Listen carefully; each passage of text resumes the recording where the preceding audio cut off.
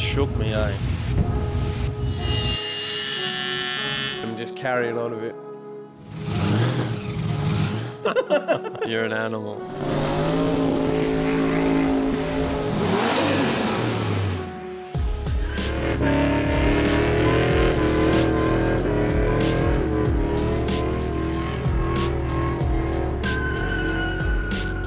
Whether you are watching us on YouTube or listening to us on your favourite podcast platform, welcome back to the Torqhub podcast.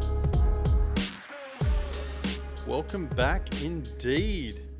It's just the two of us this time though, brother. It's been a while. It has. Well, it's been a while since we've just done the you and me potty, which isn't a bad thing. Yeah. Got to say mad thanks again to Daryl and Troy for joining us on the pod last month. It was good. I enjoyed it a lot. Yeah, definitely showed us that we could have a guest. In fact, now we need to put together a bit of a wish list. I've got a list of some people to approach. I've got a massive wish list, but I'm sort of going for the realistic list. Yeah, for sure. If you guys... A couple of local legends, perhaps. If you guys know any local legends, we need to keep them WA specific, sort of Perth / Southwest sort of area, because we don't want to do the Zoom call. We don't want to do the phone call thing. We want to sit down and yarn in person, so... For sure. Yeah, we could have gone twice as long. Oh, easy. With Troy and Daryl, for sure. Yeah, so no doubt. we'll do another one. That's it. We'll do another one, for sure. Yeah, man. Well, school holidays have been and gone. As you can see, new project being my daily. Truth be told, see, if you listen to the podcast, you kind of get the inside scoop on some things, right? Because I don't listen to Jeff when he says don't say things. I say everything on here. Which is fine. Yeah. But you get the inside scoop. So I think that first episode on the D-Max was filmed 2.5 weeks before I left on a 2-week trip with my family. And I've been on the trip. I'm home now. And I'm sort of going through the footage and editing it because I literally, and you'll know this, we finished, well, I say we, you helped me finish the last minor details, 24 hours before I left. And it was the most stressed I've ever seen you, ever. You're usually pretty cool. Yeah. Cool, calm and collected. Not much bothers you, which bothers me sometimes, a lot of the time. I'm like, this can't. But you were stressed. But that's all right. You can. We got there. I helped you out. Which, you know. You can tell I'm on a time crunch when I'm getting stressed. Yeah. So there's a couple more videos to go. Thought we'd just do something a little bit different. There's certainly no shortage of content in the whims. We've got cars coming up the wazoo. Yeah. Need a pull finger. But I figured, hey, I'm doing it in the shed anyway. Does it take a little bit extra to film it? Absolutely it does. But you guys get to come along on the journey. So something, like I say, bit of a change of pace. Yeah. You know, it's definitely more of a... I think more people are sort of into that. Not our guys, but I think in general in Australia there's definitely more people into dual cab diesel utes than they are old Commodores and Falcons and stuff, so... Yeah, they're going to watch that video and go, geez, these guys might be all right. And then they'll look at the rest of the videos and go, oh, nah. Not my speed. But yeah, no, we went for a wonderful 2-week journey up to the beautiful Pilbara region of Western Australia. We went to Carrageenan National Park and then across to Exmouth on the coast and then back down again. So for those of you in WA or who aren't geographically challenged, you'll know what I'm talking about. And yeah, beautiful time. Yeah. It was good just to wind down as well. Just get away from the phone a bit. That's right. Yeah, absolutely. I feel bad for being slow on the content lately, and I know you feel the same, but it's just like you kind of deliberately have to do it because I was out of signal most of the time for my trip. So you can't keep up with the notifications and the messages. That's good. It's good to get a bit of a detox, I reckon. Yeah, for sure. It actually made me realise how much I am tied to that stupid brick in my hand. I'm bad. Yeah. really bad. But no, it was good. So, obviously it's a bit of a touring theme with the car. There's, I think, 3 more episodes that I need to edit.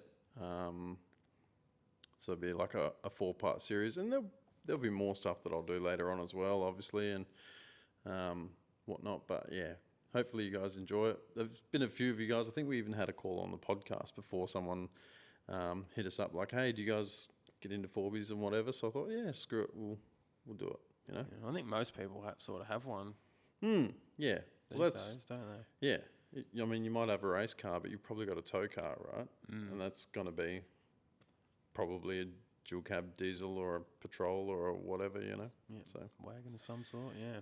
but yeah, the 4J boys among you were pretty happy. Actually, truth be told, we've both got 4Js.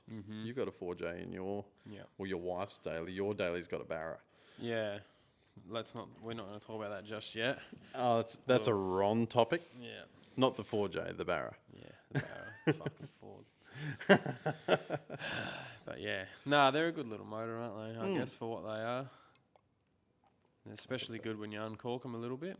Yeah, well, that's it. They do leave a lot on the table. And look, as much as we wish we were doing like a MRX billet bottom end and a compound turbo kit, we're not. No. we haven't. Yeah. So that's not going to be episode 3 or 4 or 12. Unless, you know, MRX, hit me out. How about you, mate? How you been? Obviously, yeah, you got some things you want to get off your chest a bit later on, but you also managed to get away with the fam as well, didn't you? Yeah, just a weekend away or 4 or 5 days. So, yeah. No, it was good. On the school holidays, it's always good to just take the kids somewhere else and, yeah, just switch off. Yeah. I said limited reception and stuff like that. It's a good thing. It's a cleanse. Yeah. It's a bit of a cleanse. Yeah. Another reason why we were a little bit MIA, we had the laptop take a shit, which I think we briefly touched on in the last podcast with Daryl and Troy, but didn't really go into details. But those of you who follow us on the socials, you would have seen that I posted something where the hard drive looked like it was on the way out, and guess what? Yeah, it was. So got that all fixed up. Although I've definitely realised that the laptop is probably what's holding me up at this point. My editing workflow's gotten to a point where the laptop isn't fast enough. And then when I went down to the nerd herd, you know, down the road and had a bit of a chat with them, and I asked, you know, what can we do to juice this bad boy up? Like, can we get? We like need some more comp in this thing. Yeah, can I get a cam kit? Maybe, you know, like cold air intake or something. Like nothing crazy, but just some bolt-on upgrades. And they more or less said, yeah, you can do little bits here and there, but for the most part, that's a pretty good unit. So I probably need to save up for a desktop, which is a bit unfortunate. But so if any of you guys get around that kind of thing, because that is well outside our wheelhouse, let us know, because that's probably something that we'll look into in the not too distant future, maybe. Because if we're going to keep on doing this thing, and if we want to, you know, be more efficient at it, get a bit of better work-life balance. That's the thing. It's the time. Yeah. 35 years old and just starting to figure out how valuable your time is and how hard it is to create more time for yourself. Exactly. Yeah. So some new equipment. I mean, we've just got a couple new of those. Camera. Yeah, new camera and 3-legged monster. Two of, and awesome. Yeah. I don't know which one I'm more pumped on. Probably the camera, because it's obviously that's doing all the grunt work, but the 3-legged monster as well is so good. And these are all things that we've procrastinated on for so long. Long. Yeah. And then you get it and you're like, fuck, I should have got this ages ago. It's the same when I buy like a new tool or a new jig or something for when I'm fabricating. I can do everything the hard way, and I'm too stingy to fucking buy something. I'm like, that's too much. I could make that, but I don't have time to make it. And then I finally buy it and go, fuck, I should have bought this thing years ago. This is awesome. No shit. Fucking stupid. Yep, it's hilarious. So yeah, we're on the what is it? DJI Yeah, we got camera. we've. Action. I say we ditched the GoPro. We're recording on one right now. We're just not going. I'm definitely not going to be using it much in the shed or anything anymore. We were just, particularly after the motivation videos, we had some issues with the cameras freezing up and switching off on us mid-clip and whatever. So it's a miracle they even stayed in one piece. Yeah. If it was me, they probably wouldn't have. Yeah. We think we narrowed it down to the batteries actually because they were pretty well ballooned. But yeah, we're going to put them on the bench. They're going to be like our secondary cameras. Now we've got a DJI Osmo Action 4, which is gangster. Yeah. Far and away better than a GoPro. So much better. Yeah. And actually cheaper than like the equivalent GoPro. A GoPro 12, yeah. Yep. So there you go. Anyway, that's the non-car stuff, I guess. Yep. I was actually going to go through a bit of a chat about how I got rid of lead acid batteries in the caravan and put lithium in there and all the benefits, but I'll save that for another day. Yeah. Don't want to bore the kids. I was going to say we will fall asleep. Yeah, absolutely. Well, because it's been about, 2.5 months since our last yarn, there's been a bit go down, I guess. There's probably a bit to cover. Is there anything you got off the top of your dome? I've got some things for on the chip for sure. Yeah, that's a Ron job. Yeah. Just random stuff, really. You're sort of the guy for the news, what's happening here, there, and everywhere. But because you've been so busy, you probably don't have much. I've just got general topics. I thought a funny one to bring up would be one of our mates that we've met, I guess, through the channel and stuff. We met him at Motivation last year, Sam, with the VR SS. Funny story. I've got him on Facebook and whatnot, and I seen, because he's obviously into his VR, VS stuff, and I seen so this is going back a while, and my memory for some reason just absolutely sucks.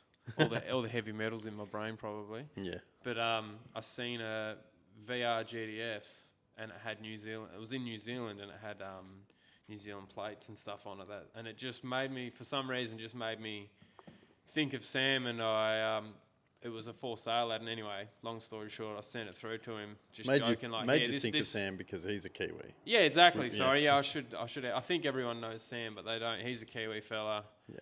His cars are from New Zealand as well, so I thought, fuck, Sam should buy this. He's a Kiwi. He'd know people over there. Yeah. And what do you know?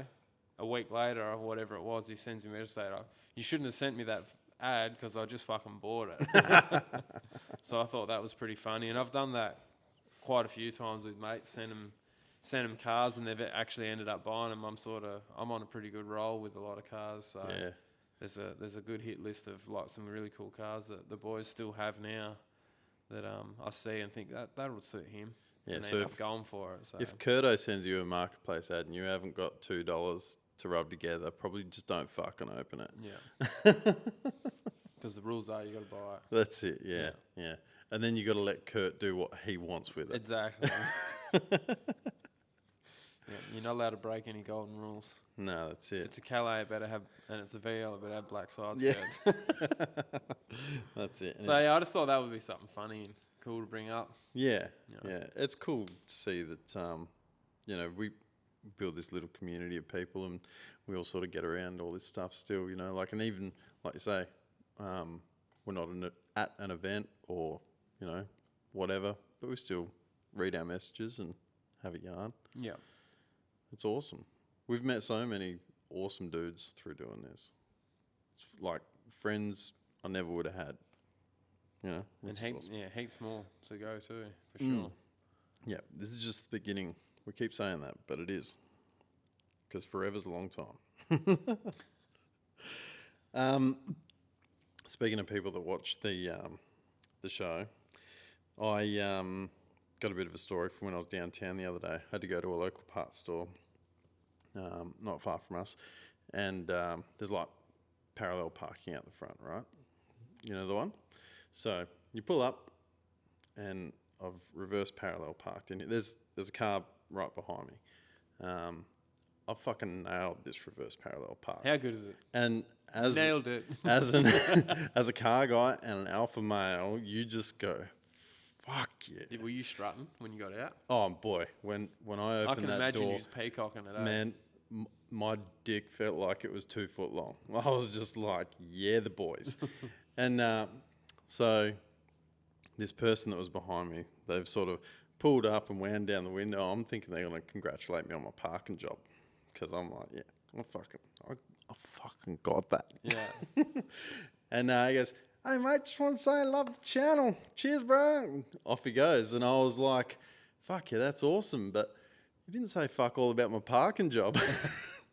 So if that was you, next time. I got that too, actually. When I went to the doctors the other day, I went to the doctors, went in. So first of all, I go into the doctors and he goes, I think I've got that familiar face. Yeah. Because I do get it sort of semi-regularly, like before everything. Yeah, It's yeah. just like, The young I've Ben seen you Cousins. somewhere before, and people think I look like during different years, people thought I looked like Ben Cousins for a while. People think I look like Troy Candy and funny jokes like that. But anyway, doctor reckoned he'd seen me. Turns out he doesn't watch C-grade automotive YouTube content, so it wasn't from that. But anyway, so that was a bust on that one. He hadn't actually seen me. It was just my face. But then I go to the pharmacy straight after, and there was a nice lady in there, and I give her my script or whatever, and she goes, are you on YouTube? And I said yes, and she goes, yeah, I've seen you on YouTube before. I think her husband must watch our videos or something like that. So it was pretty funny. And Poor lady. You get little bits and pieces here and there. Yeah, Yeah. It's quite funny. That poor lady being subjected to such things. No, it's awesome. I bumped into a couple of you legends while I was away on my trip, staying at caravan parks and stations and whatever, and it's not like I'm walking down the street and getting it every day, but every now and again you get someone that just sort of looks at you twice and you just think, have I got something on my face or Yeah. no? Yeah. No, it's awesome. Thanks to all you guys who come up and say g'day and whatever. I always make sure like I've got a couple of stickers in the car or whatever, and if someone's having a yarn to me and I've got one at arm's reach, I'll always throw one out for sure. Were you going to talk about what you were messaging me today about with the new Rego Yes, dealios? that'll be a little bit later on. I do have that in my notes, but I've put that a little bit further down.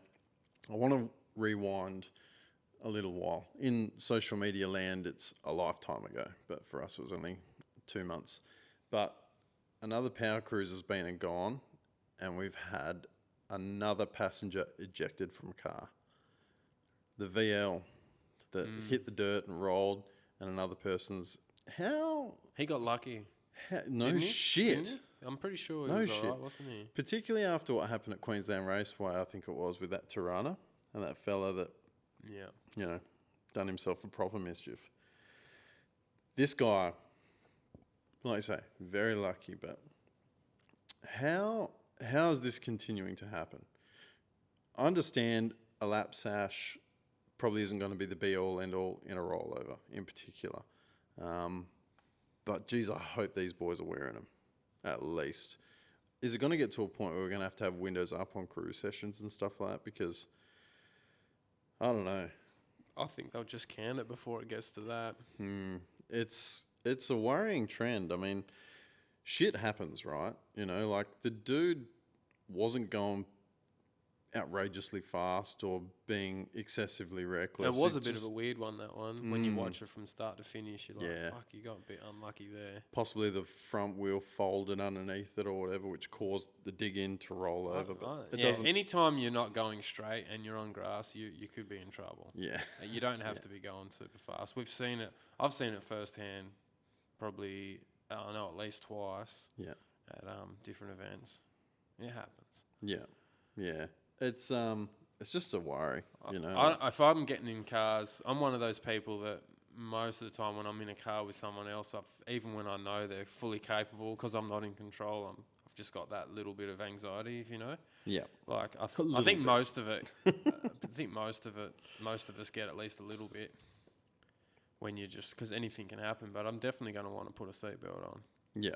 I have been at Power Cruise not wearing a seatbelt because I was in a HK GDS that had no back seat belts. Yeah. Oh, it was either that or an old Falcon. I can't remember. One of the two. Yeah. I'm pretty sure it was the Monaro though, because there was no pillar and it felt fucked sitting in the back, and the windows like the side window and the front window are all down. So I'm like, I could, and I'm not huge, so I could easily fit out the side of this thing. You see a little skinny rat dog flinging out.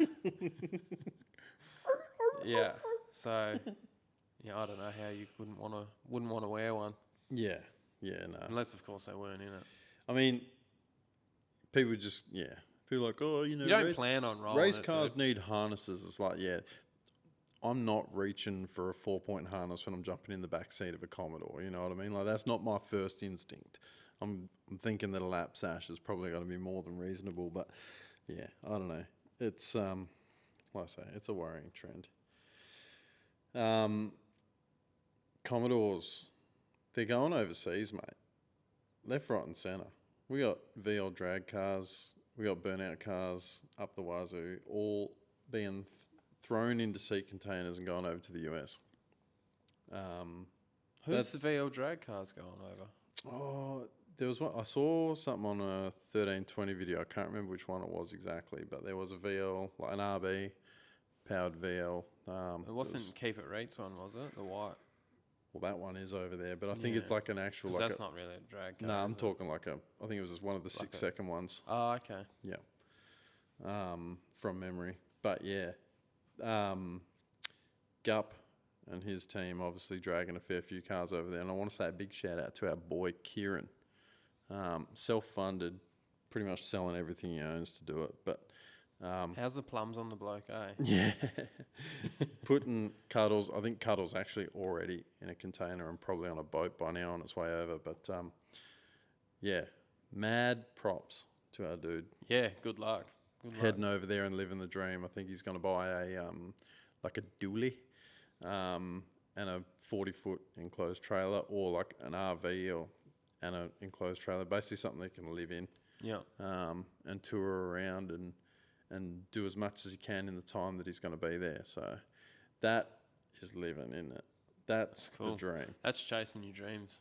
Fuck yeah. It's definitely some inspiration to be had there for sure. Yeah, absolutely. I would love to do something like this. And I had a brief discussion in a bit of a group chat, and myself and Nelson Granger were on very similar playing fields. It's like, I'd love to do that. But for us to do that, we'd also have to take wife and kids, and it's not just going from roadhouse to roadhouse, event to event. Now all of a sudden we've kind of got to go to Disneyland, and we've got to, it's got to become a thing, which isn't a bad thing. It'd be fucking amazing. Take the whole family and do all the shit, but it makes it exponentially more expensive. Very time and money prohibitive, which is a shame. But one day when we got Cletus money, we can do it. But it'll be awesome to see the guys going over there, and like the burnout guys have obviously got an emerging platform over there where it's just sort of just starting to take off. So if they can go over there and really grab it by the balls, they could make something of it for sure. Early days, yeah. Do you know what I thought of? And it's something, if I was a smart man and if I had a bunch of money or whatever, you've got all these people that are wanting to go over to the US now because that's, one, where the audience is, two, where the money is, like all the things. And I was thinking, imagine if you could get like a 2-acre hard stand sort of property with a shed or whatever, and you could then take delivery of these cars in the US, because when you go over there on a race car permit, it's either 12 months or 2 years or something where you can keep the car there. You're probably not going to be able to stay there for the 2 years, but if you had somewhere to store it so you could fly to and from, with a bit of a workshop there so that you could make sure it was maintained before you chuck it back in the box and hit the road again. Imagine if you could be that go-between.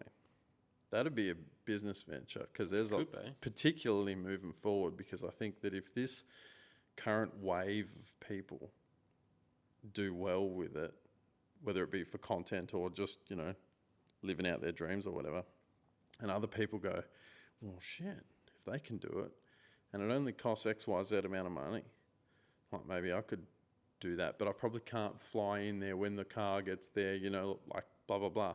But if you can be the guy on the other end that helps them out, that'd be a wicked little business idea, I reckon. Could be for sure. So if someone wants to fund that and then credit me for it and pay me a royalty, that'd be great. Because you could even do it with some of the drag and drive guys, depending on when they do that event. You could, get the guys from Europe and all sorts. Yeah, the Swedes and all that kind of thing. Yeah, yep. So you just become that home base, I guess, like that. It's kind of like a mail forwarding service. Have you ever used them before? No. I've done it with car parts before because it's like does not send to international settlers or whatever, and you use it. So it gives you a US mailing address. You pay them a service fee or whatever, and then that business, which won't send it to Australia, will send it to this address that they've given you, and then they forward it on to your Australian address. Yeah. Yeah.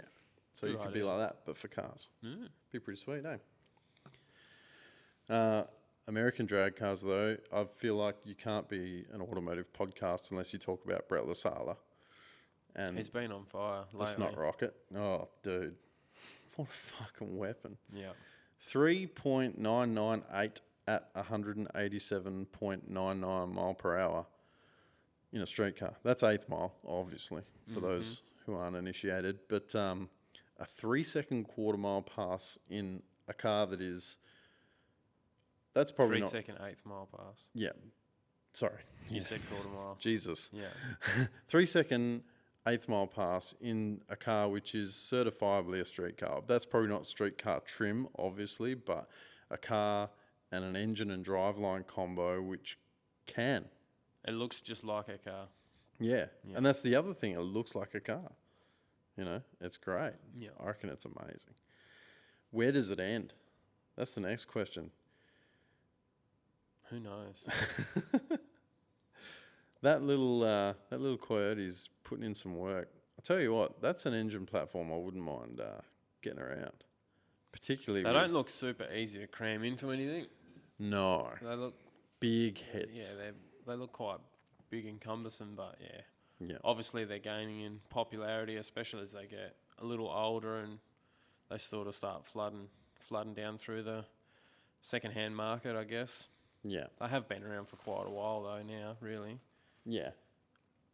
Have you ever heard of YOLO Douchebag before? I have. Alex? I listened to... I was going to say, he doesn't go by that anymore. No, though, it's Alex something or other. But I've been following his stuff on and off for years, and if you want to sort of learn a little bit more stuff surface-wise on those, he's on a podcast. I can't remember what it's called, Typical Kurdo, but on YouTube I watched it the other week. It was I know this guy. I don't know where from. I don't know where. Don't know how. But just it's go out there. Trust me. Yeah, YOLO Douchebag, Alex Flores, is it? Yeah, something like that. I think he's got some sort of something like that. Yeah, he's good podcast. He sort of gives you some recipes for how to build a good one. Because there's there's a handful of different blocks and different platforms and stuff like that. That what he reckons. So yeah. I think was it that MMR. That's another joint that's been doing a fair bit of Coyote stuff over the years. They've got a 351 cube Coyote-based engine, like billet. They do the billet stuff. Yeah. So it's all out. That's there. a cool platform. I think so. Like you say, big heads. Yeah. You got to cut things to make them fit. Yeah. Well, I still like for the push rod stuff, but yeah, they are quite good. For shizzy. We've spoken in the past. We want to try and find Commodore Nut. We haven't had any leads on it. Does anyone know where Commodore Nut is? If you're from the forum days, you'll know what we're talking about. But we'd love to see if he's still around, and then maybe one day get him on to have a bit of a yarn. But I've got another blast from the past for you there, Kurdo. If you want to chuck your headphones on. Put it in second, hold it about $4,500, and then dump the clutch, then just hold it about 3/4, then hit third, then just flatten it, and it'll just spin and do hell mat smoke. Fuck yeah. You reckon? Yeah, I do all the time. Do you want to try it in this? I gotta go with my brother. Do a burnout kid. Come up on my news feed the other day. I haven't seen it in years. It's sound advice, honestly. Took me right back. I'm pretty sure that kid like fell off the face of the earth once that happened because it probably would have been super embarrassing. But I wonder how he's going. Does anyone know where the do a burnout kid is? Just hold it. Hold it. How old do you reckon that video, or how old was that video? That one. I think it was about 8 years old. Oh, okay. Yeah. So it's been doing the rounds for a while. He'd be a fully grown man by now. He'd probably have little sproglets kicking around. He'd be teaching them how to do a burnout. Yeah. The internet memes are famous, aren't they? Oh, dude. I was like I say, I saw it just pop up. Someone posted it as like a Facebook memory or some shit like that, and took me way back. I was like, oh man, that. Do you remember the first time seeing that? I lost it. Yeah. I lost it laughing. I thought it was the greatest thing ever. Particularly when he tried to pop him on it, when he ended up on his hole. Yeah. It was a bad ending. Yeah. I want to know if anyone knows that kid, if he knows how to do a burnout, if he's done one. I seen something on Insta that reminded me of another funny internet video. You know, the one where the old fella's talking about the patrol going down Mooney. Oh, Mooney Bridge. And it's walking on the back wheels. Have you seen the video of the patrol, the party bus at the Motorplex? I think it was last week. Yes. GQ Yeah. patrol. And Yep. it's got I'm fairly certain it's got like a 800-ish horsepower Barra engine in it, I think. Okay. And yeah, that thing's like one wheel in it, half the weight. It must be nearly to the 8th mile, eh? Yeah. You seen it, didn't you? I have seen the pass. Yeah, I Yeah. don't know anything about the car. Yeah, I'm fairly certain it's got a Barra engine in it and it makes a bit of steam. But yeah, fucking cool video. Funny as party bus. I've added him on Insta to follow. 400 k's an hour down Mooney Bridge. Yeah, someone did like an overlay. It might have even been him done the overlay of it, and it's like maybe this guy was telling the truth. You reckon it was him? It's pretty funny. Hilarious. You touched on it just a little bit earlier.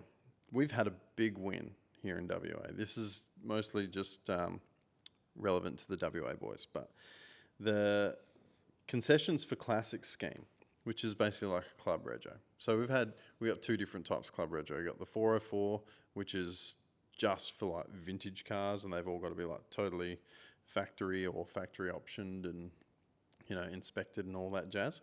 And then we got the concession for classics, or C4C as it's commonly known. We've spoken about it in the previous podcast where we were a bit off it because it's pre-1990. It's got to be anything pre-1990. And that's it. That was the line in the sand. And we said that we'd love for it to be a rolling 30-year deal, kind of like it is in other states. I think even Victoria is like 25 years, which would mean that you could put a VT on Club Rego now. But Rita Saffioti, who is WA's Deputy Premier and also our Minister for Transport, she just posted up last night that she's confirmed as part of the 2024-25 state budget, there's going to be a C4C expansion, which will allow a rolling 30-year age limit for cars, which is epic news. That means next financial year, once it all comes good, Curto, the VR could go on Club Rego, which will If I choose to. which will put some much needed funds back into your pocket too, because 75% discount on registration. It's not bad, is it? That's right. There's obviously some caveats to it. You've got some rules that you got to abide by, and you got to be a member of a club and blah blah blah blah blah, this and that and all the rest of it. But yeah, I think it's a win personally. Yeah. Particularly if you're someone that's got a lot of cars. If you've probably got like a daily and a weekender, depends on how much you drive it. But if you've got maybe 2 or 3 cars in the shed, definitely well worth it, for sure. Which begs the question, Curto. You get around to some car... Now, I've done the car club thing. Lord knows that I've done that. Would it be worth having a Torqhub car club? Something that's once again, this is mostly for the WA boys, but not limited to the WA boys either, because if the rest of you wanted to jump on, we could probably make it something that was attractive for everyone. But if the interest was there, because you've got to have a minimum amount of members also to qualify. So How many is that? I believe it's 30. I think you got to have minimum 30 members, and then you apply with the Department of Transport in WA, and then they'll audit you, make sure that you're a legit incorporated club, and then give you the permission, I guess, to host people for Club Rego. So I don't know. If people were interested in WA, obviously this isn't going to happen next week. Shit, it's probably not going to happen until next year at best. But, if you don't like the idea of a traditional car club. I don't. No, I know you don't. Or if you're in a car club that you don't particularly like, or, whatever. If you wanted something that maybe gave you some increased flexibility or better benefits or whatever, let us know. Let us know one way or another. We could maybe look at it. Could be cool. I'd have to look at, like I say, the specifics, the deep specifics. But yeah, like I say, if you're one of those people who can now and couldn't before jump on Club Rego, and you want an avenue to go down, maybe we could look at it. Yeah, this could be just the catalyst we needed to get some sort of club going, to then do them all. Meets do your own meets. Yeah. Potentially, eventually, do your own show or something like that. A lot of people don't like some of the shows and how they're run and stuff like that. Yeah. The only thing you can do is do one yourself. Yeah. Do it how you like. Yeah, absolutely. No, something to look at anyway. It was, there's some interesting opinions, both fore and aft, in the whole thing. For the club stuff, you mean? Or Yeah. for the Rego stuff? For both, yeah. Club stuff and Rego stuff. You've got, I was going to put it in a separate section, but I did see there was a comment under Reader's post, and it said, "The wealthy wins again. Oh my God, it's their choice. It's an investment." And I was thinking, gee, love, you don't know many car guys, do you? They ain't wealthy. They're scrapping up the last funds they got to get that next part or whatever, it's a different thing. It's not all people who have got like pristine 56 Chef Bel Airs and stuff that are an appreciating asset or, whatever. But like anything, the asset is very liquid in its value. It goes up and down pretty quickly. So yeah, I don't understand what people's bag is. The thing I think is great about the Club Rego is it supports industry. So that means the old mate who had a car that couldn't really afford to rego it or drive it, or it just wasn't worth his time and effort. yeah, we'll start bringing it out now. It's like, oh, cheap rego.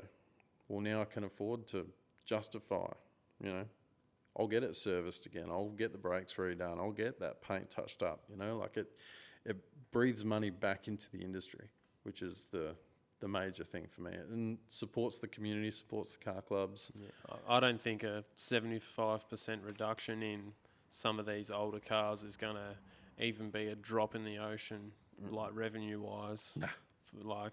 Not for the government. Yeah. Nah. Well, like that lady complaining, she's just sour, as all it is, because it doesn't help her. Nah, that's it.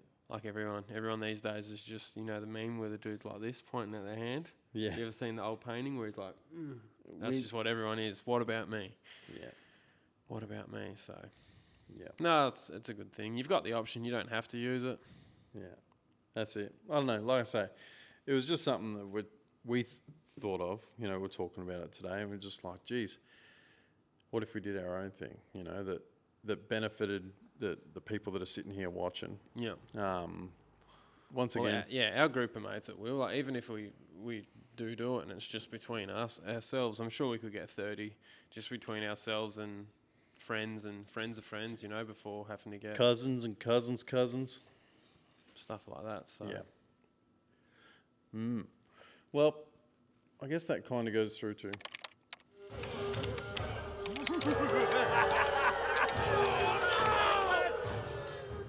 Under the Bridge.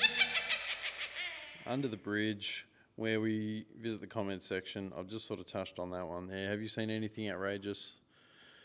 No, I did see. I spotted one quick one in one of our videos. It was an old video, a Turbo 400 one, where someone said it wasn't helpful at all. And I was like, that's weird, because we didn't claim that it was going to be. I think some people watch our videos thinking it's going to be like a informative how-to or whatever. And look, I like to think sometimes people get some information out of our videos. However, don't get it twisted. Our videos are just a diary of what we're doing and how we did it, not necessarily how you should do it. Yeah. Don't blame us because you clicked on the wrong video. That's it. Poor bloke, he wants his 20 minutes. And there was no satisfaction there for him, and they're going to let you fucking know about it. Good on him. Yeah. Also saw someone wasn't too impressed about there being a 4B build as well. Oh, really? Yeah, it was the same thing a couple of weeks ago. I posted up a photo, like, hey, should we do a touring build? And someone's like, nah. How often can we put drawers in the back and lift kits that aren't needed or whatever? And I was just like, he's probably got a point. However, I wasn't doing any of that, so. And you did it anyway. Yeah, that's it. He's just, if someone tells you not to do something, chances are that's all the more reason to do it. That's how you're going to get me to do something, eh? Yeah, that's it. I hate being told what to do. Don't get your car tuned. Ooh, you bastard. Ooh. Nah, for the most part, it's all been pretty positive in our time off, the comments and DMs and stuff. We've been getting a fair few. After, I think we got a voicemail on the last potty that we did, that they used Lost Racing and helped them out with their speed flow. Oh, I think yeah. I got 2 DMs and probably 1 comment, I think it was, saying that after watching us, they've gone through Lost Racing and had a really good experience, which is epic news. And a couple of guys that have gone through Woodley's to get their car looked at. Oh, perfect. And I think there was a couple of people at Motivation, because Simon was there with us. Yeah. And, they've obviously seen the videos on my car, and he's standing right there, so they'd have a bit of a chat with him. And, it's good to see you guys getting around the people that support us and the people that we like to support. It's not necessarily, they're not supporting us, and that's why we like them. We like them anyway. Yeah. And that's why we support them. Yeah. Same Exactly. with, you probably see at the front here, our friends Penrite, Reed Speed. Yes. We're using them anyway, but then they turn around and support us back, which is the best part. Yep. So thanks to all you legends who do the same and support the people that support us. All right, let's buckle up. This is going to be a long one. You know what really grinds my gears?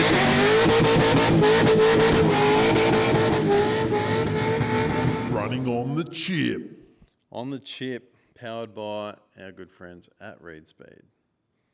Readspeed.com.au. That's it. You could get one of these cool short shirts. Hats. You're not wearing a... I am. Oh, you are wearing the I shirt. am. There you But go. I'm pointing at the hat. We got a little care package the other day from Dan, so thanks for that again, mate. Thanks, Dan. These hats are probably the most comfortable trucker hat I've ever had. I Excellent. used to wear trucker hats all the time back in the day. Yeah? Yeah. So Well, you these- probably needed them when you lived out in the middle of buttfuck. It was pretty warm out there. yeah. Need some airflow. So yeah, get over there, get some merch. If you can't buy any of his parts. Yeah, that's right. If he doesn't do a part on his website, get in touch with him. He might still be able to help you out. And if you can't, get a sweet shirt. Yeah. Get a hat. Support your boys. They look good. This is probably the bit where I'll just go for a walk and I'll let you have it. Nah. Where does it start? Does it start when you got I don't know. dunced on the converter? Or? Yeah, so I was filthy. I Right. don't want to Actually- make this too long. No, start from the beginning. We'll start from the beginning. All right. So everyone knows I'm more or less a Holden guy, but I daily drive a Ford Turbo.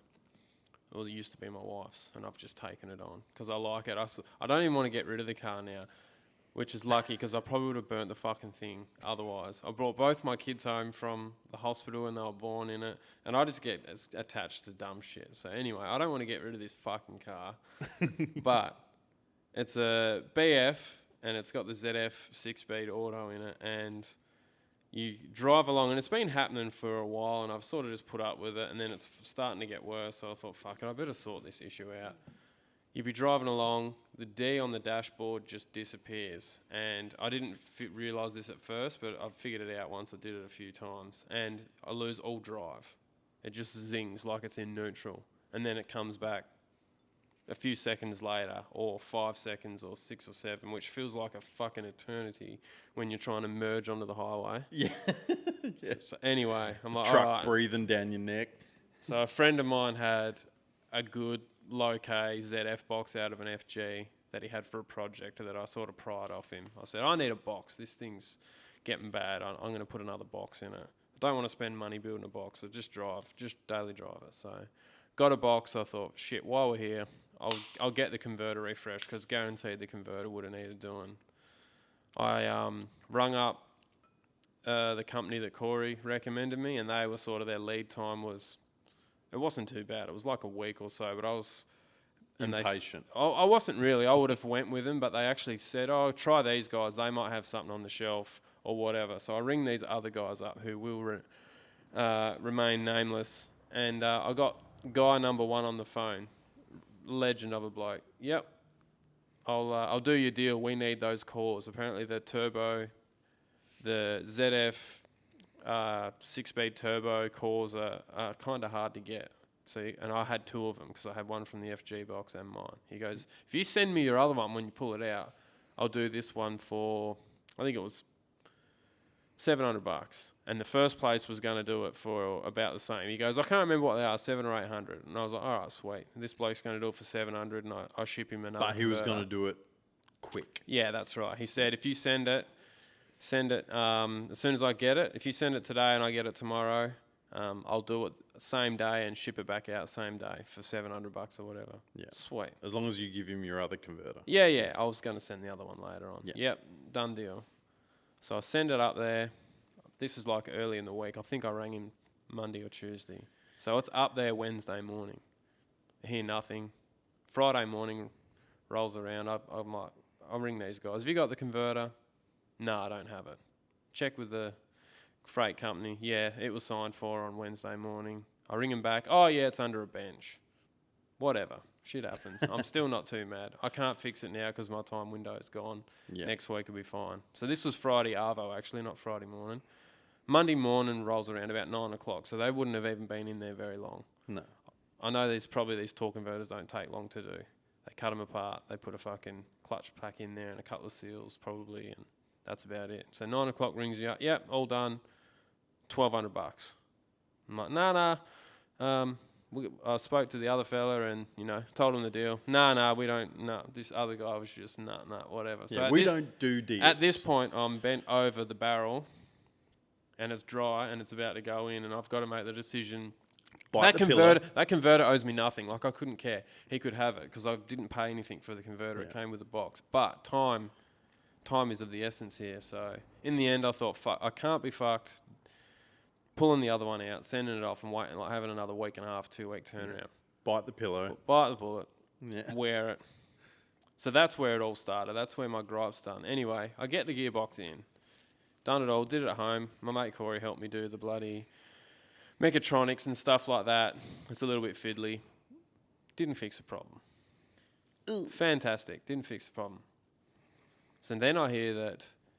And we did the works on that bad boy. We put like tail shaft donut. It needed, the whole car bearings. needs a birthday. Like, it's been neglected, like 100% been neglected. It's just a work shitbox, really. So everything from the motor back is basically all new and done and in good condition. Still didn't fix it. Rob from Monster Torq, I get hold of him. He tells me BFs have a problem with the ignition coils. When they're old and they go bad, they can do something with a speed sensor or something to that effect. So I changed those, didn't fix it. Then I hear the spark plug gap. If you've got too big of a spark plug gap on a BF, it can knock shit out with the CAN bus or something with the electronics. So I changed that, still didn't do it. So now I don't really know what to do. Yeah. I kind of want to just burn the car, honestly. So Yeah. I'm sort of just... Recon torque converter. Yeah. 90,000 K old gearbox. Yeah, 70,000 on the box. Something New like coils. That. The new box was plugs. nice. Like, when I put the new box in and the new converter, I could tell the difference. Yeah. And I thought I'd fixed it I'd done like 95 odd Ks, and then the problem came back again. So that, like, I thought I was home and hose there for a little while, because I only do short trips. I only literally drive it to and from work, and that's it. Yeah. Short trips, no more than 15 minutes. So it's a pain in the ass. Yeah. But I got annoyed. You've got to get things in writing. Like, you shouldn't have to get things in writing. Like, you know, I got the old mate on the phone, and everything he said added up in comparison to the other price I got off the other shop. Yeah. I'm like, yeah. I wasn't even really saving any money, because by the time I had to fucking pack the converter, freighted it up, I would have saved like maybe $50 on the other price, honestly. But I was thinking, I'm not going to use this other converter that's kicking around. They can sell it and make some money on it. Fucking and it's a quick turnaround. Everybody wins. Nah. Sometimes you just get fucked around and fucked over at the same time. So I was livid. This was a little while ago. Oh fuck, I was mad. I was fucking mad. I let it wreck my day that day. I really did. So Yeah. it just pissed me off when people don't do what they say they're going to do. Yeah. The scabs on your bottom lip have only just healed from you dragging it in the gravel. Yeah. So, and when you're like a couple of hours away, if it had been sort of shot front, it 100% would have been different. Yeah. But when you're on the phone, and at this point, the car that's in the shed now, the new sort of car that we're working on, it was on its way. So I needed to get all this shit done so I can get everything ready. And I didn't. But you also needed a way to get to work. Obviously, you're borrowing a car to get to and from work. Yeah. That's not the optimum way to be operating. Yeah. So, all in all, pain in the ass. Yeah. It is a pain in the ass. Yeah. So what do you think's next? I mean, obviously, let's put the call out to the people. If you're a BABF expert and you what are you thinking now? Mechatronics? I don't know. Do you think that's what I thought it was originally, and that's what I was trying to get Rob. I was going to get Rob to rewrite or whatever they do, reprogram the FG TCM that was on the gearbox I bought. I was going to get him to reprogram that to suit the BF. And he was nice enough. I'd give him my number, because I just messaged him. I know he's super busy. All those guys are. And anyway, he was good enough to get back to me, reasonably quickly. And he actually rung me and goes, like, what's going on? Like, trying to just figure out where the fuck we're at. And I told him, and straight away he goes, yeah, try the ignition coils, blah, blah, blah. Couldn't get any straight away from Ford, because at this point in time, they had some sort of issue with their security on their friggin' computer system or something. They couldn't get anything for days. So anyway, so I blew out, and then I forgot about it again. So it's been a long, drawn-out process, and I still don't really know what it is. But it's a BF problem, I believe. Yeah. I think it's a BF-only problem. Interesting. And I think it's, some sort of electrical like noise is getting into the CAN bus or something like that. Something's dropping out, because that's what it sort of, from the reading that I've done and just sort of the bits and pieces I've picked up, that D going out on the dash is sort of like the communications, like the PCM sort of losing, or TCM. So something's losing fucking just life for a few seconds. How many it's done like 250,000 Ks this car now, hey? Yeah. I mean, it's no spring chicken, so it could be a range. But for as far as like that model car goes, it's still on the original turbo, which is unheard of. Yeah. Because like I said, it was my wife's car, and she didn't beat the piss out of it. She just drove it normally, and I drive it normally too, because I don't feel the need to beat the piss out of a fucking old 400 horsepower XR turbo. Like, I just don't feel the need. So that's why it's like it's actually when you're talking about that particular model car, it's actually not bad nick, because then most of them are fucked by now. Yeah. Absolutely. Yeah, so.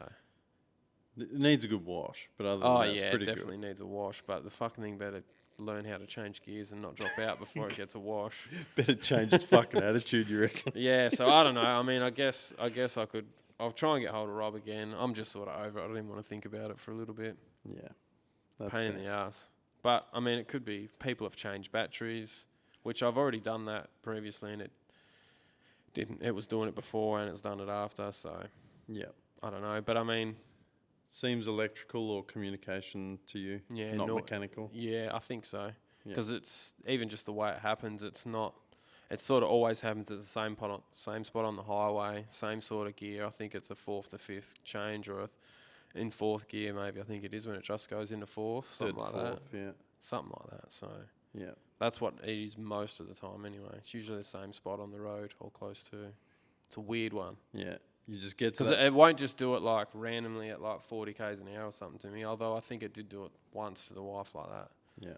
So I don't know. You always get to that one spot on the road and you just start puckering up going, is it going to do it? It happens when I think I've fixed it. I've done something, I'm like feeling good, and then it does it, and I'm like back to being mad again. Yeah. Well, if you've got a BF and you've had the same problem, please let Kurto know what it is so that he can be happy again. Yeah. And I wanted to, just while we're talking about torque converters and being pissed off, I seen this one on a group a while ago, and it's torque converter related as well, as I just mentioned. This guy, right, I think he must have been based in Europe somewhere. Okay. And he's bought himself a PTC converter for race season. Race season's coming up.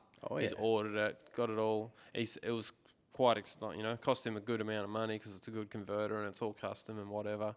And it's finally rocked up on his doorstep, and he's opened it up, and Customs have fucking cut the thing open with an angle grinder. Check this out. Oh, what? Yeah. They've just cut it open with an angle grinder, cut all into all the turbine and everything. The stators. Yeah, like all, like they've cut into Yeah. all the pump and stuff, obviously thinking that there's something inside. Found there's nothing inside. Just slapped it, put it back together in the box, taped it up, and sent it. So old mate's thinking he's got his converter finally, and he's ready to go racing soon. And she's been hacked up by a grinder by someone in customs that thinks he's trying to put something in there that he shouldn't have. And no note either, like no notes from customs or nothing. That's heartbreaking. Holy. That's next level. That's next level fury, that is. You've got some like gangster mechy diode custom lockup converter. It's a converter that he needs to go racing that he doesn't have. That's what it is. Oh, no. I can't believe that. Like I say, no note, no nothing. No. It's just like, here you go. Didn't find nothing. Go fuck yourself. Yeah. Nothing, just, yeah.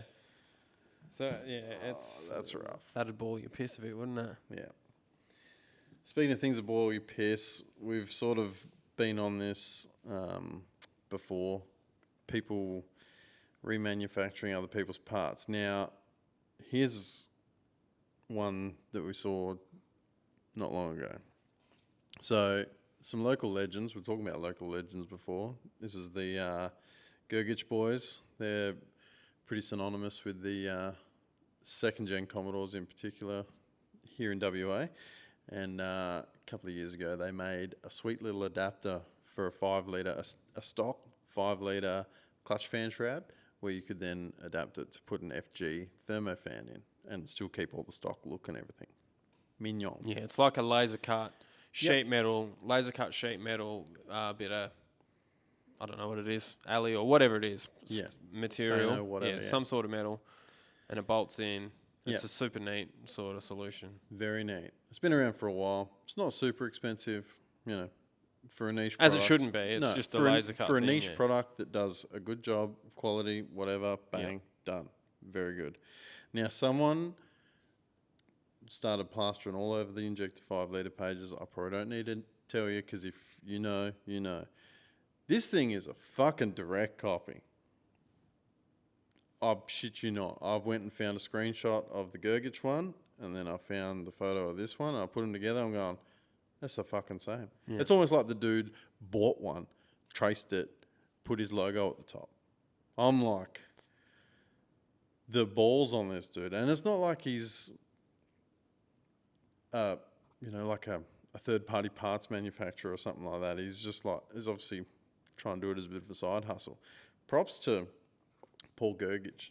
Called him out straight away. Screenshots and everything. Not angry, just disappointed, Did the full dad chat on him. Oh. It cut me real deep. And so we fucking should. And it's one thing for big business to see something and send it off like we've seen before, go to China to be mass produced or whatever. This is a pretty niche item. To then take it from a family business to produce as your own family business, that's fucking piss poor, in my opinion. I wonder if he was just that oblivious.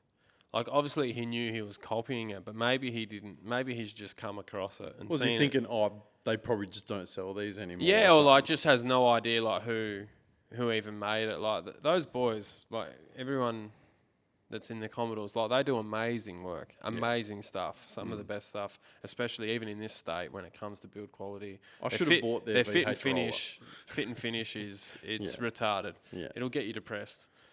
Yeah, when you're working on your own cars, it's really good. So maybe like he just sort of seen it and went, oh yeah, I could copy that, and I don't know.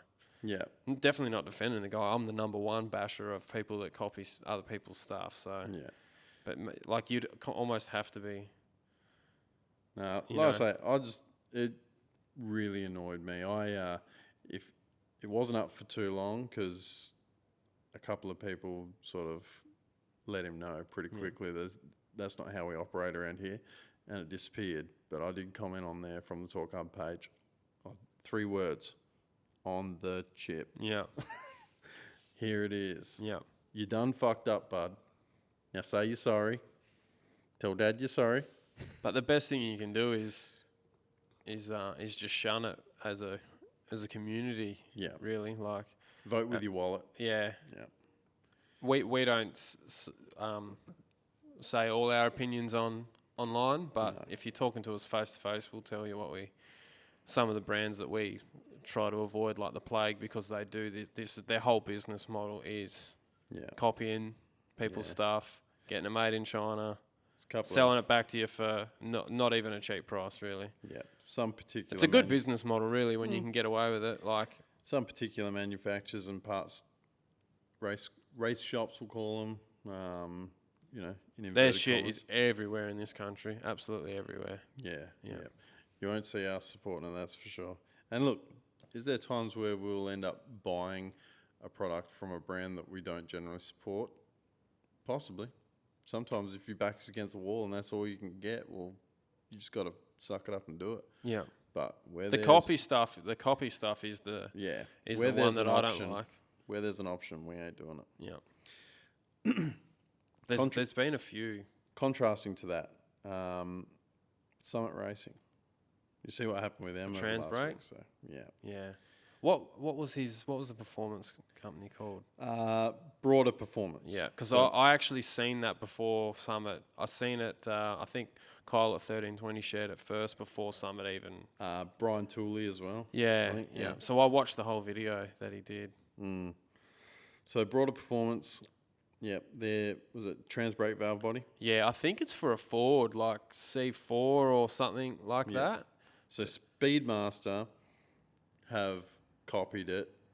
Like, you know when you're in school and you're like telling your mate who's not that bright that, hey, he can copy, but like don't make it all exactly the same, and then the dumb fuck puts your name on the top of his page?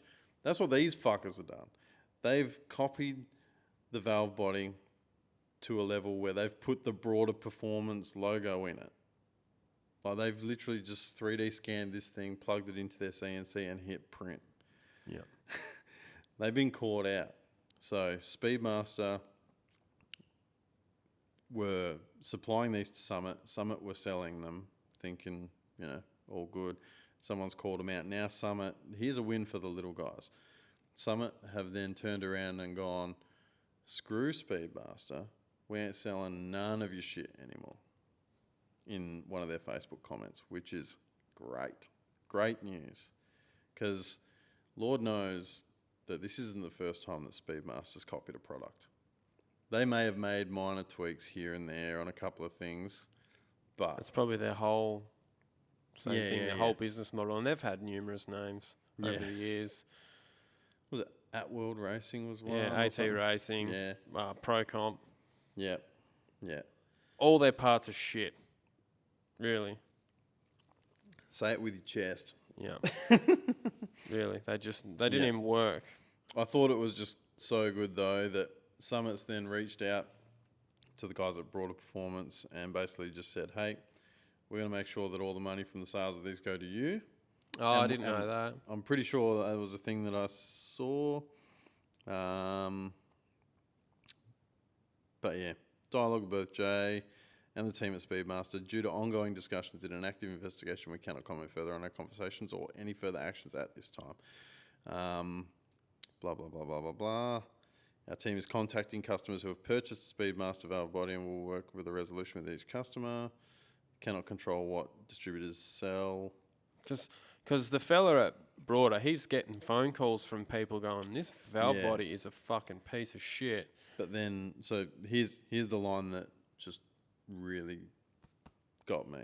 It just goes, Summit Racing Equipment will no longer do business with Speedmaster. All Speedmaster products have been removed from summitracing.com and from all of our sellable inventory. I was like, that right there is people doing the right thing. You know, like that's people who have morals and standards and all the rest of it. That's what you're chasing. That's prime marketing for the guys that... Yeah, they probably had no choice but to say and do that, really, at the end of the day. But hopefully it sets a precedent. You know what I mean? Hopefully it sets precedent for future. It probably won't. I think the best way to do it, well, not the best way, but it's you just don't buy the shit, really. And it's hard because the real stuff's usually costs more and money's, you know, probably to never come been by. tighter for most of us in the last few years. So I can see where both people are coming from, but essentially you just don't buy it. Yeah. And then they won't make it. Speaking of money being hard to come by, I haven't seen it in the comments from you guys yet, but I know it's coming. And I've had sort of mates have a dig at me with the whole D-Max thing. But everyone, look, we got this poor thing sitting behind me, the VH, which needs all the money. And people going, why are you spending this money on your daily for? You should be spending it on the FLE. Here's the thing. While that's been in resto for the last 2 years and I've been hemorrhaging money at it, the people who really have to sacrifice for all of that, even though I sacrifice by not doing certain things and working harder and whatever, is the family. Because now I'm spending all my disposable income on that to get that finished and get it home. And the reason why I've spent the money on the D-Max is so that we can go out and do more stuff as a family. Because like I say, money, it doesn't grow on trees, unfortunately. So I've just had to make that decision that, and after having this 2 weeks off with the family and that, it just makes you realise how important, how precious that time is, particularly when you got younger kids as well, because they're not that little for very long. So, but yeah, like I say, I just wanted to nip that in the bud real quick because like I say, I know it's coming. Once the rest of these videos on the D-Max come out, people will be like, fucking, what are you doing that for? You got a fucking other car to finish. I'm getting there. I'm getting there. I've actually got a week of holidays booked. Was it next month? Yeah, next month, where I'm probably going to do some stuff. Yeah. Do some stuff on the car, I think, yeah. Send that K-frame and diff off for some powder now. Yep. So then you can Yeah, fit it. that's the plan. Yeah, I think I want to do the diff and the K-frame in powder coat. I want to measure up, maybe get some wheels, some rear wheels and tyres, and make it a roller and do all of that. So that's what will probably be coming next month, I reckon. Among all the other things that we've got going on. Yeah. With the wagon, the new project. Yeah, the new project. all We're that. going to talk about that or what? Do you want to touch on it? Sure. It's a old school friend of mine. I actually hadn't seen him in probably over 20 years. And he's reached out and asked me if I wanted to give him a bit of a hand. He's sort of getting more and more time poor as his business keeps sort of moving along. So Oh, thank fuck we got all the time in the world. yeah. Yeah, I sort of I got sucked in because it's a car that I'd do for sure. So it's right up our alley. Obviously, it's a VS, but it's a HSV Maloo. So I had one identical to this in its standard form, Panther Mika VS Maloo. So I really like them. If you really, really like them and you've been looking for one for ages, probably don't watch because you're going to get real upset. Yeah. Yeah, so it's an LS, turbo LS steel. Not normal turbo LS steel though. Not your run of the mill stock bottom end 5.7. Yeah, we'll probably sort of get it started up on the stock LS3 is the plan. Purely just for time and stuff like that.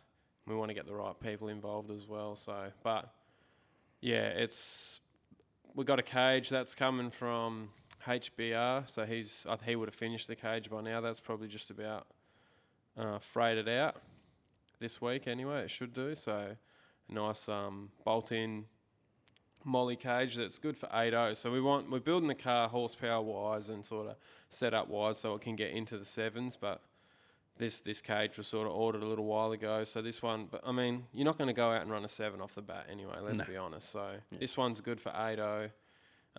Heath at HBR does immaculate work. So it was a no-brainer going with him just to sort of, he's got the cars there. He can just build them and send them out. Super easy. You don't need to send it up to wherever, your favourite chassis shop to get done there. So it was just a good time saver as well. Yeah. It has, I don't even know what size the wheels are, but it's like going to be on a 275 radial. The rear rails are, or one of the rear rails is half cut out of it. It's like a good chassis notch sort of job. Nick's done all the fab up to this point, but we're sort of starting again almost. Yeah. With a new goal and plan in place. So we've got a turbo coming from Long Boost, Craig Long at Long Boost Performance. He's been really helpful actually. Very accommodating. Yeah. So we've got a G55 2100 turbo coming for it, V-band. So that one's a 91mm. We're tossing up whether to go 91 or 94. The plan is to do like a Dart LS-based motor, but we have nothing yet. So you can always put a bigger compressor in later on if you need it. Yeah. Currently where it stands, it's going to be like, say, LS3 based. It's got all the yummy parts that we normally love in, Plasma Man, Killer Boost, like say the G. It's got all the good, like sort of. It's going to be a drag and drive. I probably should have touched on that first. It's still like registered and stuff like that. He'd love to do a drag and drive event in it. So that's sort of what it's been built for. Yeah. But it's going to be very, very racy. It's got the full. He's sort of gone a bit different to what some others would do. He's bought his electronics package like early, which I wouldn't recommend that. I would sort of leave that if you're doing a build and you haven't done one before. And I've made that mistake myself. I've done it also. Buy your electronics last because technology moves so fast. It moves so fast, and you might find someone you want to use, and they won't want to work with the platform that you've got. So. Yeah. But yeah, it's got a Haltech R5 with every Nick's words, he said, with every box and sensor. I think he said to me that you can get from Haltech. Yeah. And he wasn't lying because I don't have all the bits here. He sort of just drug it down one weekend. He's 8 hours away as well, so he drug it down one weekend when he had a spare couple of days, and there's still a lot of parts that need to be sent, and there's still a lot of figuring out to do. But just in a little Haltech bag, I've seen he's got like a laser ride height sensor that he just left in the car. I'm like, he wasn't lying. He's literally got every sort of little gadget that you can buy for this thing. So yeah, it's going to be pretty gangster. Yeah, Plasma Man, like 16 injector manifold for it. We've got a 5.5 inch thick billet Plasma Man intercooler for it. Yeah. Like I said, the Garrett G series is sort of I reckon it's sort of the best stuff you can get for shelf turbo. Yeah, the Mac Daddy. Yeah, so that one's going to be really fun to try and fit in the engine bay.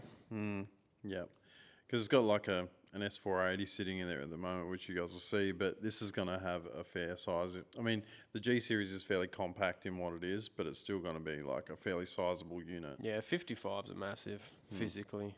Huge. So yeah, it's got a lot of like all the bolt-on, pretty much anything you can buy that bolts on these cars. You can buy like all your Molly K frames, like CK chassis connectors. Nick built his own diff. It's like a sheet metal 9-inch with all the bracketry on it with a million holes in it for all your different setups that you would want. It's like I don't know if you actually got them, but it's like the Tin Soldiers brackets sort of deal. And yeah, I'm not sure Yeah. which ones they are. So there's a bit of figuring out to do in the back still for sure. There's no sort of framework in the back yet, and I haven't done anything like that, so I'm sort of keen to dabble in that a bit and sort of. I was hoping to get some some guidance because we've gone and met Blackie and Lauren, so I haven't really got any yet, but I do hope to sort of try and get a bit of guidance from them. They can just point me in the right direction. And we'll need some parts, and the parts that we'll get, they make. So I think, well, I don't know if they do make all those parts anymore. I want to get some arms, but I went on their website and I don't think they do top arms anymore. Because one arm fell out on the trip, on the 8-hour trip. So that was a bit annoying, but yeah. Because this thing, it's not a full-blown race car, but this is probably as close to race car stuff as what you've seen us do. And this, like, chromoly K-frame, it's going to be a full cage, Kirky seats, 4-link rear end. We need to do tubs, parachute mount. Redo the tubs. The tubs we got done, and that was sort of like a mini tub job. Yeah. I'm not even sure what size wheel he has under it. It could be I think it's a 10. It looks like a 1510, yeah. 15 by 10, like World Vitesse, single bead lock dealio. So it was taking up all the real estate plus some. So we might even need to shorten the diff a little more. He's talking about going floater, so resetting the length, putting floaters on it, and we'll have to rejiggle the anti-roll. Hey, look, if he needs a home for that diff, mate, I'll make some space. He has a wagon with a Whippled 355, so he said he might put it in that if he doesn't use it. So Very nice. Yeah, but it's a cool car, and I'm looking forward to trying to do everything in the engine bay, especially really neat. I'm really trying to send that one home. I want to try and keep it looking. It needs to be easy to work on, but I want it looking sort of good on the eye. Because the engine bays with that sort of stuff, we've got clear views to fit. We've got all sorts of different bits and pieces in there. They can get cluttered pretty quickly and look fairly cluttered. So yeah, EGT sensors and stuff. You end up with wires going everywhere. So. Yeah. But yeah, no, it's gonna be pretty good, and we've touched base with Simon. It's possible that he's probably gonna do a paint job on this thing when it's done as well. So it's actually gonna be really nice, like you say. It's gonna be proper nice. Yeah. Nick doesn't muck around when he does his stuff, so it's good. Yeah, which is, I don't know why he's picked us because. He's probably going to. You speak for yourself, buddy. All right. No, it'll be good. It'll be good. Once again, if you listen to the podcast, you just got the scoop. Yeah. It's probably going to be a little while before we get a video out on that.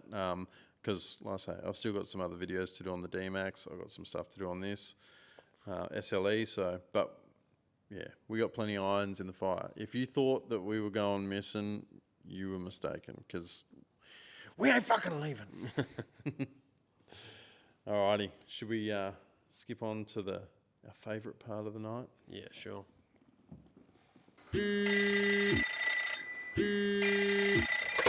Hello.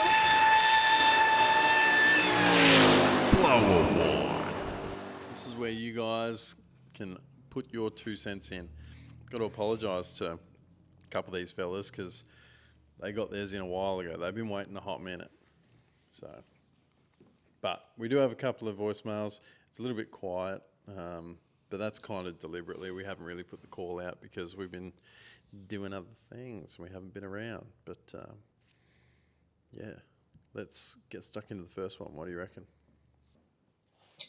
Hey fellas, Jamie from WA here. I wonder if you fellas had any barnyard stories or legend car stories or anything like that that you'd want to share with us.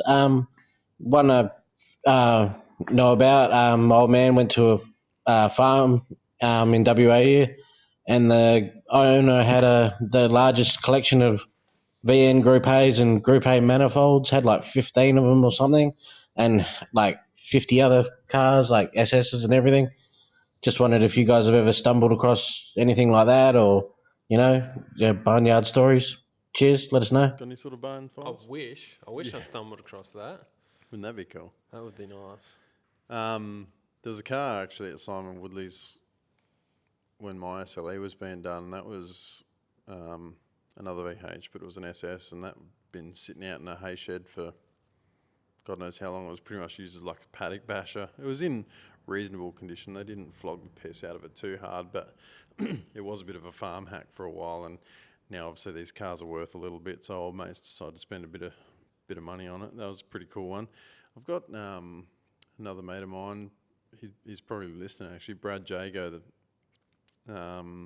When I first met him, I knew he had a pretty sweet. It was a supercharged VT clubby at the time, and I don't know, just sort of got chatting with him and whatever. And over time, I went down to where his shed was, and set foot in there, and it was like a kid in a candy store. I was like, this fella who's not much older than me, and he had like 3 hoists. It was like him and his old man. This is all they did was just play cars. He had like 3 hoists and like 4 or 5 HSVs in there. I was like, holy shit, this is pretty cool. That was sort of, I was not that old then either. I probably would have been about 17, 18. So yeah, I was pretty taken back by that. But I haven't had like a real, not that I can think of, like one where really unassuming and you've sort of gone in and been blown away. No barn finds for me. Yeah. I'd need to get out of the house to do that. Yeah, you'd have to leave. The only time you leave your house to go to work or come here. Yeah. Nah, thanks for the call, man. What did you say? 10 or 15 Group A manifolds. Damn. There was a local guy that had about that many. Really? Yeah. Yeah, okay. Yeah. Damn. Yeah, I don't think he's got them all now, but yeah, there was. I'd be silly to have them all now. Yeah. Cash out. Yeah, you could get them for a couple of grand back in the day, so. Yeah. Which is still a lot of coin. You know, say you paid it's better than holding it in the bank. Oh yeah. For sure. There'd be a lot of people that their superannuation would be in their shed. You know, like they would have spent all their money on cars and stuff, which to some people would be silly, but if you pick the right ones, it's, like I say, better than money in the bank. It'd be better than interest. It'd be better than the stock market. It'd be better than all kinds of things. You just gotta. It's crystal ball shit, though, right? And you've got to sell it. Yeah. You can't fall in love with it. That's the problem. Don't fall in love with it. G'day, fellas. Josh here. Been a long time listening of the potty. I love the passion you got for the old Aussie 5-litre. I've got a VN 5-litre myself and love those cars. They're slow as buggery, but they put out a good note and they're just a cool cruiser. But just wanted to get your opinion on something else that I've got. I've had a VE Valiant sedan for about 10 years and been ticking away at it every now and then. And it's got mini tubs and stuff and a short 9-inch. Still got a 360 for it that I was going to strike out to a 408 and just build a tough cruiser. But I've come across the opportunity to buy a VG hardtop, so 2-door, for a decent price. And I don't know, should I just get rid of the sedan and build a tough coupe, or keep the 4-door and just go ham on it? I like both of them, but, 2-door's always cooler. Just wanted to know the opinion. Cheers, fellas. Oof. How much do you really love that VE? It's a tough one, eh? VG hardtop. That would be one of my top 10. If I was, money no object, whatever, build something cool. VG with a big block Hemi would be fucking up there. Way up there. VE 4-doors are pretty cool though. Don't get me wrong. Don't mind them. Depends on how much you love it. Because, look, like I say, this is one of the ones that the voicemail came in a little while ago. So I don't know if that VF is still, or VG was it? VG. Is still around. But if it is, I don't know, maybe you should entertain it. Because, look, a lot of the bits and pieces, if you're going to build a 408 and this and that, whatever else, a lot of that would go across. That's assuming you don't need to put that engine back together to get the VE running to sell it to buy the VG. But that was the vibe I was getting. You want something sort of tougher, with more modifications. Yeah. But a lesser car, or something that you really like that's sort of more standard in its form. look, if that's It's hard. And yeah, so if that's the situation, if you go right, I can have this hottie or I can have this pretty mild sort of streeter, I'm going to keep the hottie, just the way I am. I'm going to want something that, you know, I want a wild ride rather than something that's, like you say, maybe a nicer car, but a bit more boring, if that makes sense. You and I are kind of the same. Do more with less. Take the biggest piece of shit and make it the wildest ride you can. Yeah. Yeah, that's what I'll do as well. Yeah. Yeah, you could probably offer me my most favourite car, which it changes every week. But if it was like stock versus, say, even just a mid-90s Commodore that was as bombed as, like, say, something like what Nick has, or like what we're doing for helping Nick with, I would pick that probably nearly every time. Yeah. I mean, Nick's car's pretty sick, though. Even in a standard form. VS Maloo. Yeah. Panther Mica. That's, it just depends what you're trying to get out of the project, I guess. Yeah. I like, with the car, like my personal car, I like, it's got all my ideas on it. You open the engine bay, which is really the only thing that is any sort of slight spectacle, and it's all how, everything in there is how I've done it, and there's not another one that's exactly like it. Yeah. I've definitely drawn inspiration from other cars for sure. Yeah. And there's ones that are similar, one or two, but for the most part. So it's a piece of you. It is unique. Yeah. Yeah, it's a piece of you, and it's an expression of your skill set and what you think's cool. And then you meet other people and they think it's cool, and then you become friends. Yeah. So it just depends what you're really trying to get out of. Yeah. If you've already got a Commodore that you like, cool cruiser, you probably don't need two cool cruisers. Yeah. Yeah. You probably don't need two slow, as you said, slow as buggery, but sounds nice and whatever. You probably don't need two of them. Yep. Yeah. You could probably build that 408, you know, go Heidi roller or solid roller or whatever, and build yourself a Heidi and get that VE. Probably, you know, a step above the hard top, as, you know, performance wise. Sure, maybe it's not as desirable, but if you're not planning on selling it, then it doesn't matter. Yeah. Yeah. Personal preference. You can't. It's just. I'll tell you that I would love a hard top. Thanks for calling in, man. Yeah, it's a shame we didn't get to that one a bit earlier. That looks like it was a while ago. Yeah, I think it was probably 6 weeks ago or something, maybe a bit more. So sorry for holding you out, buddy. But that's the other thing. All right, so in the future, because we've left it a fair while between podcasts, if we do guest podcasts, does that just become a bonus episode that month? What do you reckon? Probably if we've got time. I don't know. I don't know where you're pulling all this time for bonus fucking episodes and stuff, but... Well, I mean, we're doing the episode anyway, but I was just thinking, you know, do we need to commit to doing our episodes monthly, and then if we get the guest... we could... Really, the only thing we need to do is you could tack this on the end. Like, this always goes on the end anyway. Yeah, I guess. You could always, and we'll have other heads there to you know, bounce ideas off or whatever. So True. You could just roll it in. Yeah, if the time's there. And if the guest is interested, probably not a bad shout. Hey lads, big fan of the podcast. Just calling in from New South Wales. Just wondering, is there any model of car that you fellas have bought and then regretted it based on the model? I've had VLs my whole life, and basically I'm working on one right now, and I just wish I had bought a 5-litre V8 or something simple rather than an early model turbo motor that just has that many obsolete parts to it. But yeah, just wondering if there was any model you sort of regretted buying, and just want to give a shout out to Holdcom, because without them I wouldn't have been able to do a lot of the stuff I'm doing. I'd have to go through Wreckers and eBay. So yeah, cheers fellas. Good shout on Holdcom. I've not a sponsor, not a channel support or whatever, but he does go out of his way to reproduce those niche parts that you just cannot find. Hey, which is you need that. Rare Spares obviously do a great job, and Newcom, and there's a bunch of little people out there doing it. But yeah, I think old mate at Holdcom, he does do a pretty good job of what he does.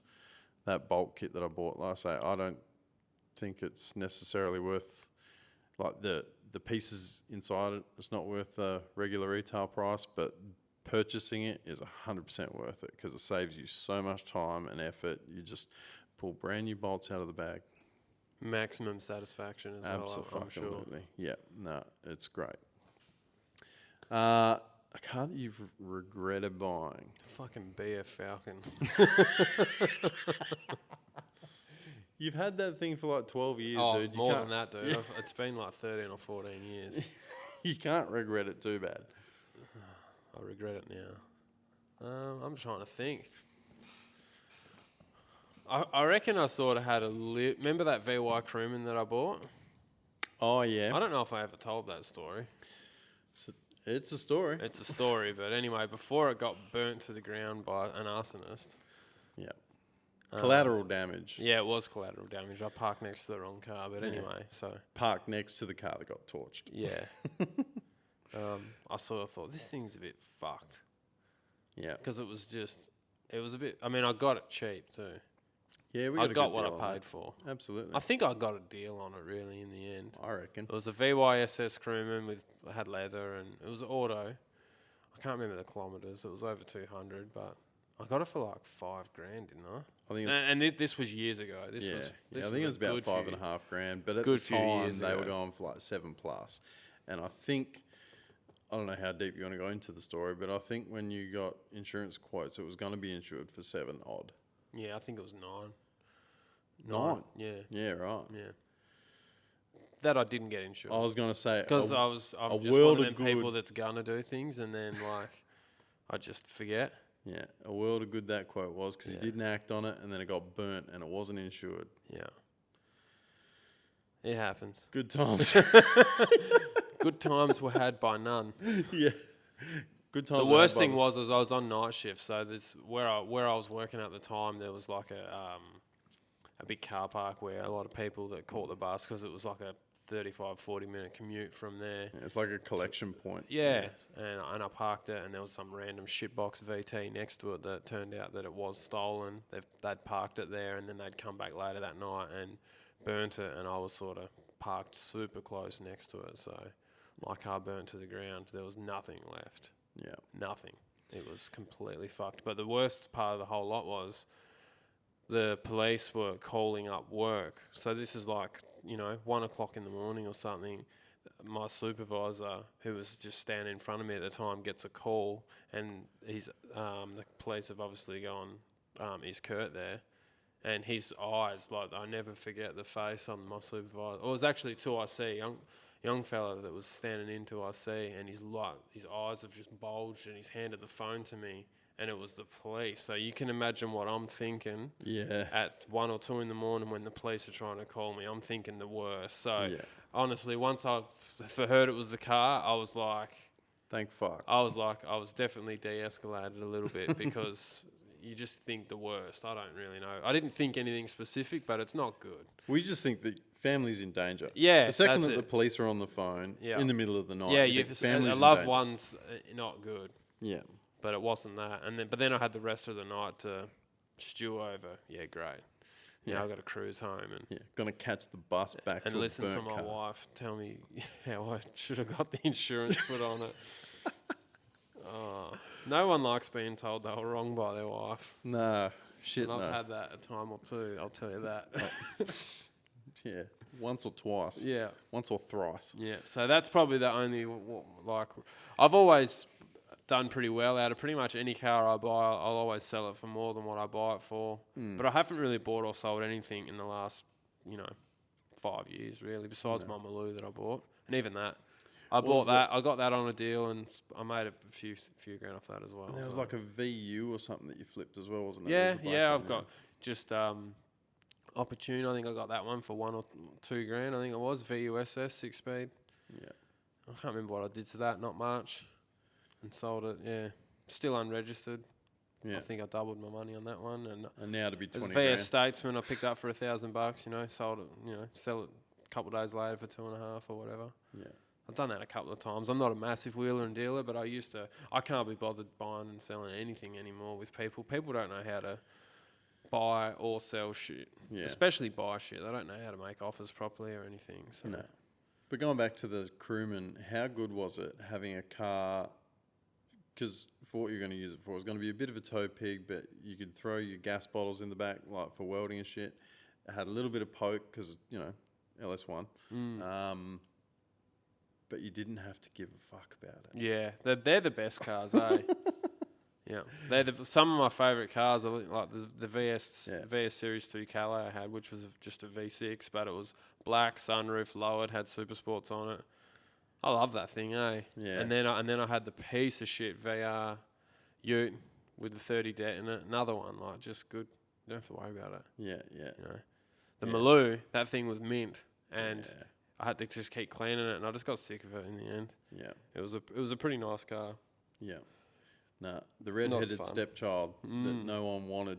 That one was the crewman. Yeah. What about you, mate? I haven't really. There's cars that I wish I still had, and honestly, not that many. I haven't really gone through that many cars, really. The VP wagon that I had, I wish I still had that, but that's not one that I regretted at all. I think there's one, the one maybe that I regretted buying was the S13 Sylvia. That was a CA18, and it was just, I don't know. I was a young fella, and I wanted a Sylvia, and I couldn't afford much, so I bought the one that I got, and it was like, you know, it was like chemi welded, and you know that stop leak shit all through it and whatever. But I didn't know 5/8 fuck all. All I knew was it was a Sylvia and it had a sunroof, and that's what I wanted. So that was no end of trouble. But I sold that before I got my license. So, and then I tried with a friend of mine to sort of buy a cheap car and fix up a couple of things and flip it for a profit. And I bought a Subaru Leone wagon, or an L Series wagon, which was not bad. It was okay, and we got it cheap.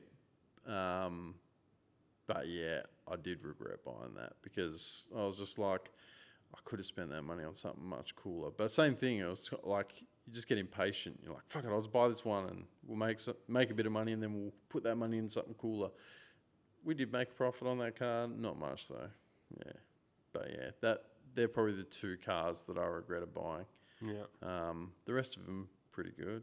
Like I say, I haven't been through a hell of a lot of cars. I've sort of pumped my money into more brick and mortar investments type of thing over my time, rather than spending it on temporary vehicles. The cars that I buy, I'm buying and I'm keeping them sort of long term generally. Yeah. I think both of us most of our cars that we've bought have been fairly unmodified as well. Yeah. Like, you know, like you've bought them and they haven't really had any sort of, like, that'd be the only one that's got any sort of engine work really that I can think of. Most of our stuff, we do the stuff to it. Yeah. Because once you're buying shit that's heavily modified, that's when you can really get into, like when he said VL, like, yeah, fuck man, a lot of those would be terrible projects to start, honestly, because everyone's been at them at this point. Yeah. Yeah, nah. They're like the chick that's left at the club when they turn the lights on by now. Yeah, the VL's especially bad for it. Yeah. Nah, yeah, I wish I had a horror story to go through there, but I don't really. Nah. Anyhow. Any last minute things you want to bring up there, Cobber? No. Oh, thanks for the call too, Andrew. Appreciate it, thanks, bro. Man. Appreciate it. And if any of you guys want to get in, go to the website, torqhub.com.au, press the button, send us an voicemail rather. Whatever you want. Can be anything. Story, question, review, tell us we're shit, whatever. Go your hardest. Yeah. Cool, man. Well, thanks for listening, guys. Hope it wasn't too boring. If you'd like to support your boys, you can go to torqhub.com.au. After you've sent us a voicemail, then you can go to the merch store. If you like, get a sweet little hat or a hoodie. T-shirts. Yep. Plenty in stock, Jeff. Shirts are a bit low, aren't Hoodies are very low. Alright, We we'll probably have need to to do an we'll order do on a lot of those. yeah. We got limited sizes there. We got a few shirts. Stickers are on there. Got plenty of hats, plenty of stubby holders, socks, stickers. But yeah, we will be doing a refill of shirts and hoodies soon. Sweet as. Thanks, guys. See you on the next one. Appreciate you. Bye.